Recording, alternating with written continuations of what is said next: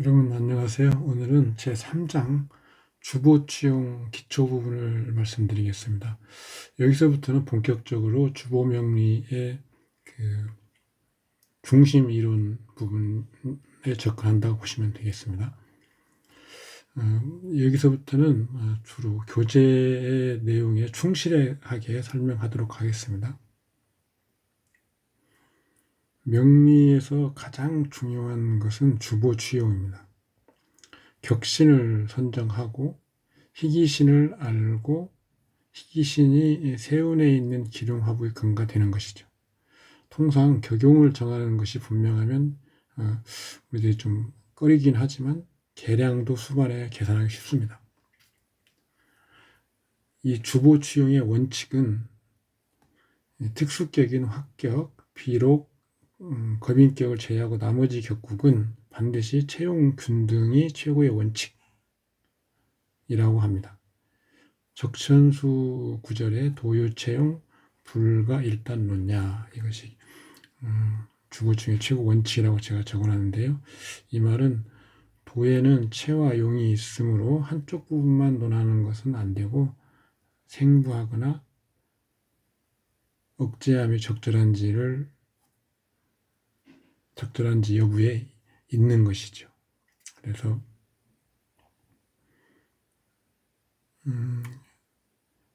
채와 용이 균등한 것, 이것을 보는 것이 격용을 취하는 가장 중요한 원칙이다라는 겁니다. 격신, 용신을 먼저 어떤 의미인지를 좀 짚고 넘어가야 되는데요. 우리 격북이나 이 명리학에서 말하는 그런 격 또는 국, 용신, 상신, 희신, 기신, 구신, 많은 신들을 우리가 붙여서 얘기를 하고 있는데, 여기서 신이라는 글자를 의미합니다. 무슨 god, 갓 이런 뜻은 사실은 아니고요. 이런 신이라고 하는 글자 때문에 특히 기독교 쪽에 계신 분들은 좀 거부감 가질 수 있는데 그런 의미는 아니라는 것을 먼저 참고하시면 좋겠습니다. 격신이란 어떤 십신이 사주팔자에서 주도자로서 가장 완비된 보호를 받는 것입니다. 해당 글자가 명주의 주된 성격이 되므로 격신이라고 합니다. 이 격신을 보조하여 성취하게 하는 것을 용신이라고 하죠. 용신은 명주의 능력이 있는 곳입니다. 주도자란 왕한 것을 의미하는 것이 아니라 왕하고 다른 글자들이 그것을 거스르지 않는 마치 황제나 제왕의취와 같은 것을 의미합니다. 또 격신은 진신이라고도 하는데요. 이것은 진가로 나눌 때 격신의 음양이성을 가신이라고도 합니다. 특히 유념할 것은 격용은 청할 것이 필요합니다. 절대 뒤집어지면 안 되는 것이죠. 그 이유는 오로지 용신은 격신을 호위하는 것이고요. 주신이 보신을 호위하는 일은 없습니다. 황제가 신하를 보유하는 일은 없는 거죠. 신하가 황제를 보유하는 것이죠. 주부의 원리상 이것이 이치에 맞습니다. 다만 예외적으로 정합격 또는 아는구모 설천기 이런 거에 해당되는 경우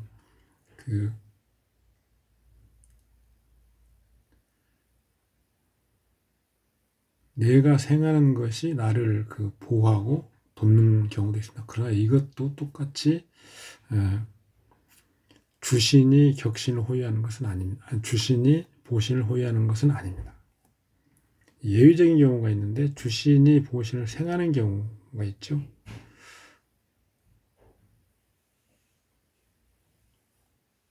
이 경우 용신은 주신을, 이게 보신입니다. 주신을 방해하는 것을 제거하는 것입니다. 아는구모 같은 경우죠. 격신이 식신이고 용신이 재성이면 이게 식신, 주신이 보신을 생하는 것처럼 보이지만 실제로 그 용신, 보신인 재성은 식신, 주신을 호위하는 것입니다. 역결형이라고 하는데요. 이것은 주보에서 말하는 어떤 형태고요. 우리가 격국론에서는 역용 정도로 생각하시면 됩니다.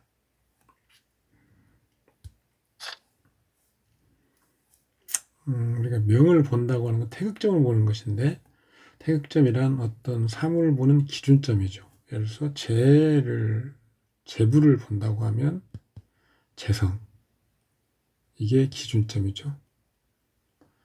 이걸 우리 태극점이라고 하죠. 관귀를 본다고 하면 관귀를 본다고 하면 관살이 기준점이고 태극점입니다.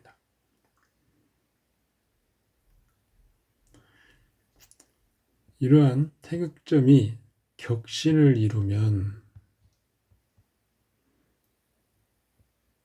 그 사주팔자의 그 특징은 부자인 사주다 라고 우선 판단할 수 있는 것입니다. 그런데 단순히 이렇게만 하면 사주팔자 보는 게 너무 쉽겠죠. 구체적으로는 이렇게 판단하는 것은 기본적인 거고요. 예를 들어서 재성이 이 사람이 사주팔자에 그 어떤 역량을 가지고 어떤 모습인지, 희신인지 기신인지, 아니면 희신인데 어떤 침탈을 당하고 그것을 호위하는 것이 있는지, 이런 것들을 같이 보는데요. 재성이 겁재로부터 침탈을 당하는데, 예를 들어서 관이나 식이 중간에서 순화시켜준다거나 제압하는 경우 재부의 태극점은 관이나 식신으로 보는 것입니다. 물론 이때 재성도 같이 참가를 하는 것이죠. 체라는 것은 앞에서 말씀드렸다시피 자기, 신체, 가정, 수명, 생명, 의외의 기륭, 건강, 질병, 이런 것들이 주로 그 해당될 영역인데요.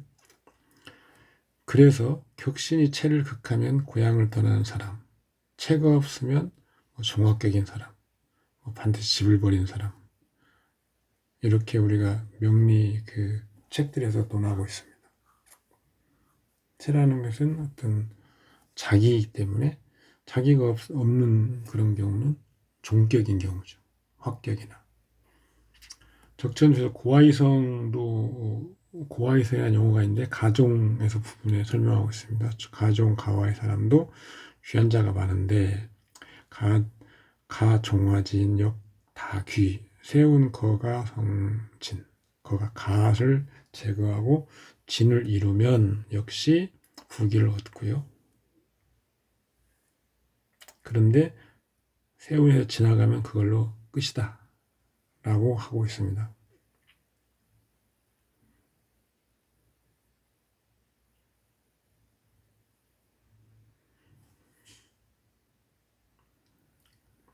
채용이신과 격용이신이 서로 다투고 불화한 사주팔자는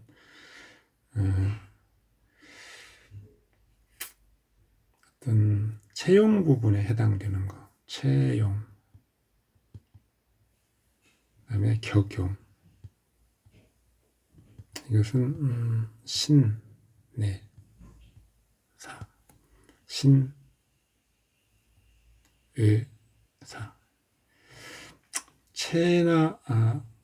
체와 관련된 그런 용신, 격이나 격과 관련된 용신이 관장하는 분야는 좀 다릅니다. 체가 관장하는 분야는 신내사, 내 몸과 관련된 내 몸 안에 있는 것들을 의미하고요. 격용이 관장하는 부분은 신내, 관 이런 것들이죠. 건강, 무슨 수명 이런 것들이고요. 그래서 이것은 우리가 보는 방법으로 말하면 억부법이 주로 활용될 수 있고요. 신외사는 격국법이 주로 활용될 수 있습니다. 주보법은 이 두 가지를 통합해서 보고 있습니다. 그래서 어떤 주보법에서도 최신과 용신, 최희신과 격희신이 서로 반목하고 대립하면 일단 좋지 않은 사주 구조인데, 예를 들어서 밖에서는 잘 나가는데 집안에서는 권위가 없다거나 아니면 몸이 아프다거나 하는 경우, 그럴 때는 격이나 격희신이 좋고 튼튼한데 최기신인 경우, 일간이 약하거나 최용신이 약한 경우, 이런 경우에 해당되는 거죠. 원령의 개념은 많이 보신 건데, 우리 육식 삼원 반법 중 선관 제재여 신공, 이런 그 구절이 있죠. 이것에서 여기에서 삼원이 만법의 그 근원이면 근원을 알고자 하면 먼저 제재와 신공을 보라 이건데요. 제재와 신공은 사람마다 좀 설명하는 내용들이 다양한데, 저는 월지라고 봅니다. 이것이 오행이 사시에 퍼지는 곳이니까 신공이라고 한 것이고요. 월령 간지는 세왕의 장소. 월령은 팔자 중에 가장 왕한 간지 한 글자이고요. 결국 일국의 임금이 사령을 바라는 것에 비유합니다. 따라서 주신은 반드시 월령의 기와 배척하지 않아야 된다 라는 것을 알 수 있습니다. 주보 취용의 강령. 여기서는 그 계율을 설명드리기 때문에 쭉 그냥 따라서 읽어가시면 됩니다. 오행은 유통 변화이기 때문에 격국은 오행 변화의 일종의 모형이죠. 오행이 흘러서 기가 보이는 위치가 격의 소재이며 명이 근거하는 곳입니다. 적천수에서 하처 기 근원 유도하 방추 기괄 자중구 지례 역지거, 이 말입니다.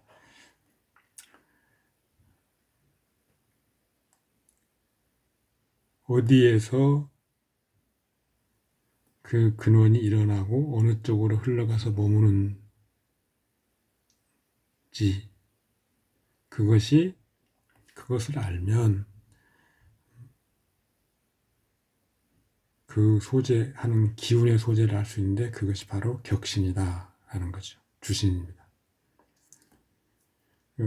오행은 궁극적으로 유통하는 것인데, 그 주신, 격신을 찾는 법은 어떤 그 유통하는 그 기의 흐름을 잘라내서 나의 소용이 되는지를 알아내는 것이죠. 그래서 그것이 다른 것을 전생하지 않은 생황한 글자가 주신입니다. 삼합삼회가 가장 왕한데 기후를 형성하고 또 정류하는 기죠. 만사만물은 그것을 견제를 받지 않을 수 없다. 따라서 투명하는 사람 실제로 삼합삼회로 관찰하는 것입니다. 월지가 삼합 국을 이루면 그 국 이루는 기는 가장 왕한 것이죠. 그래서 그 기운이 그대로 주신이 되기도 하고, 그것이 다른 것을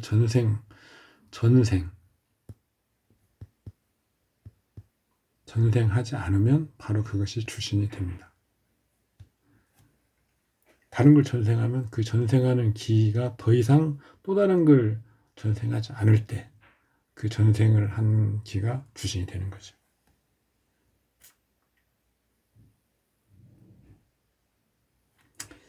하여튼 가장 왕한 간지를 찾아내는 것이 격신입니다.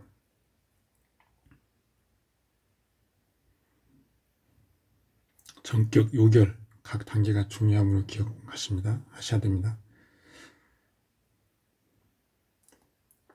마지막에 오행이 순생하여 가장 최후 오행이 정류한 오행인데, 이 시의 기는 따라서 년월시 시의 기는 생이 있으면 역시 정류하는 거죠. 그러니까 전국에 정류하는 길을 보는 것입니다. 좀 생소한 접근이라서 좀 차분히 읽어보시면 됩니다. 격을 정하는 것은 원령을 보는 것이고요. 삼합이나 뭐 이런 혼잡이 있지만 혼잡하는 것이 재화가 가능하면 그것을 용신으로 취하고 그 격신으로 또 취하고 이렇게 하는 것입니다.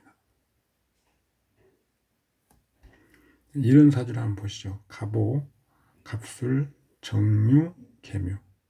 원령이 오술, 화국을 취하고 있죠. 일단 화국을 취하면 병정화가 보이든 보이지 않든 만나서 지금 유행하고 있다. 유행. 이렇게 보시면 됩니다. 이때는 오가 병은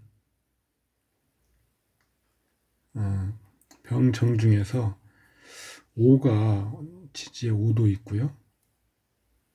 그래서 격신으로 정화를 격신으로 술무토를 정화를 설하는 청용신을 해야 하지만 개수가 그 진생이라고 해서 진생.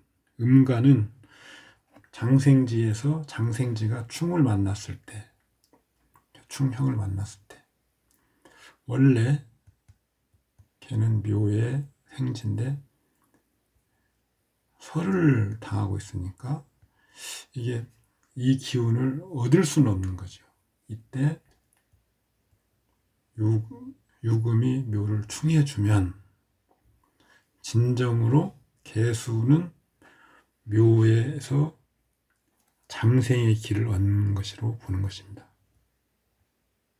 뭐 이치는 생각해보면 잘 원래는 그 납득은 안 가지만 찬찬히 생각해보면 그 이해가 됩니다. 설을 당하고 있는데 어떤 좋은 길을 얻을 수 있을까요? 그래서 그 설하는 길을 막아줄 때 그러는 거예요. 그래서 이 경우에는 개수가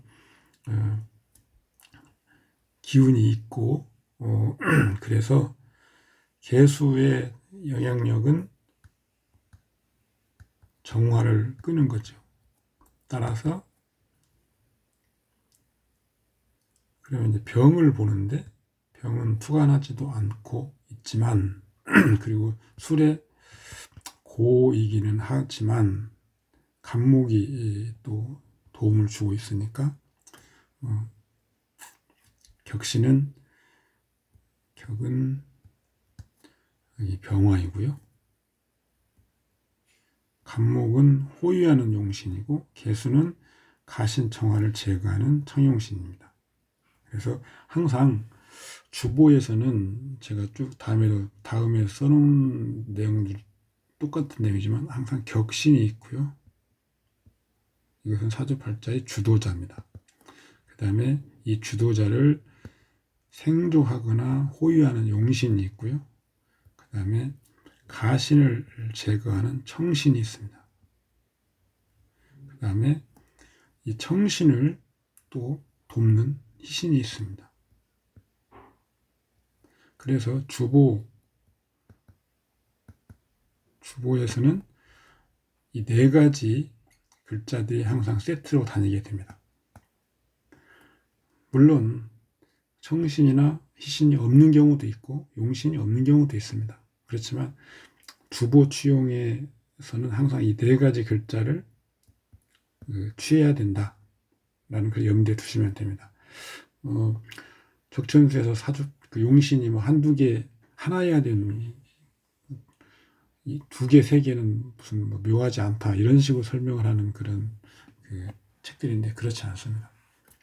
이렇게 4개 정도가 세트로 용신, 희신, 격신 이렇게 그 세트인데 이런 것들이 완벽하게 갖춰져 있는 사주가 좋은 사주죠. 누누이 말씀드리지만 주보법에서는 간목과 을목을 구분합니다.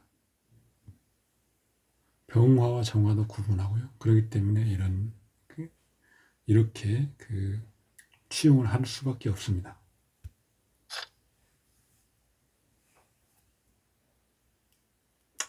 월령의 신이 형충회합이 있어도 비록 극설을 당해도 또는 합거를 당해도 또는 전생에도 청하게 하거나 혹은 합류 혹은 구응이 있는 자는 역시 월령 본기를 격으로 취할 수 있다. 충분히 이해가 갈 수 있죠.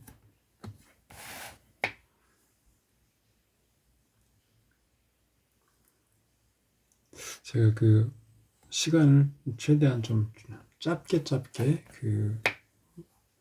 만들어서 강의 영상을 올리려고 하는데 지금 3장 같은 경우는 중요한 부분이라서 제가 좀 나누어서 하도록 하겠습니다.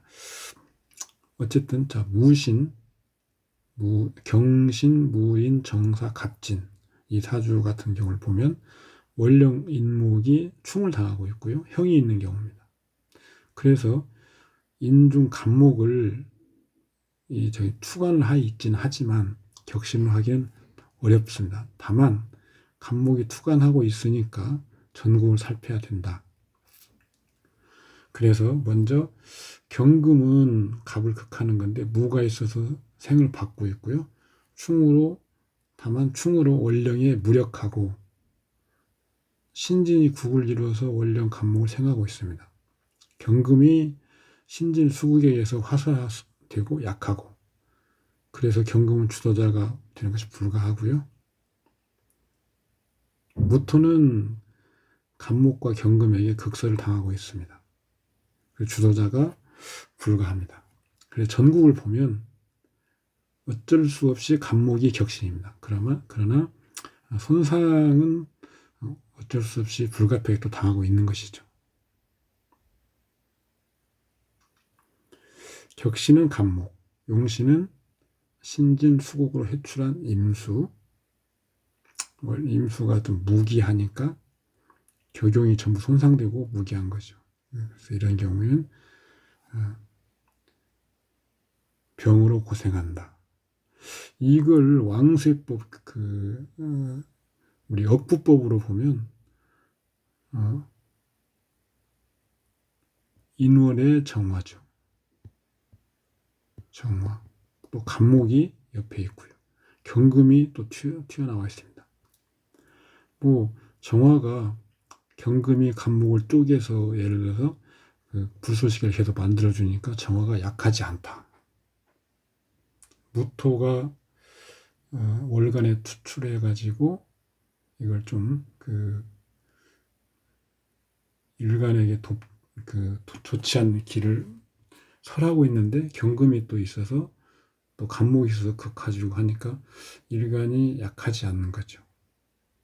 정화가. 그리고 인사신 사명이 있는 거고요. 그렇죠. 인사신 사명도 있고요. 그래서 억구법으로 보면 어릴 적부터 몸이 안 좋고 내내 병으로 고생한다. 이렇게